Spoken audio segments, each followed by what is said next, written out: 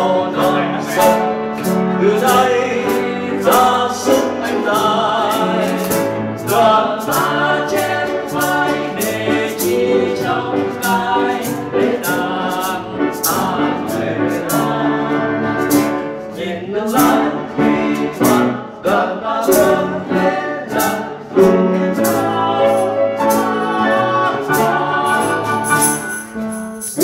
Còn sắc như đã còn dừng hát là đừng đi ăn đồng nhân có hương cơ lại cùng đôi trai vàng có xuân là lá chân như gió mưa là trái trời quanh chỉ về vì đầu quân đi trong mùa đông.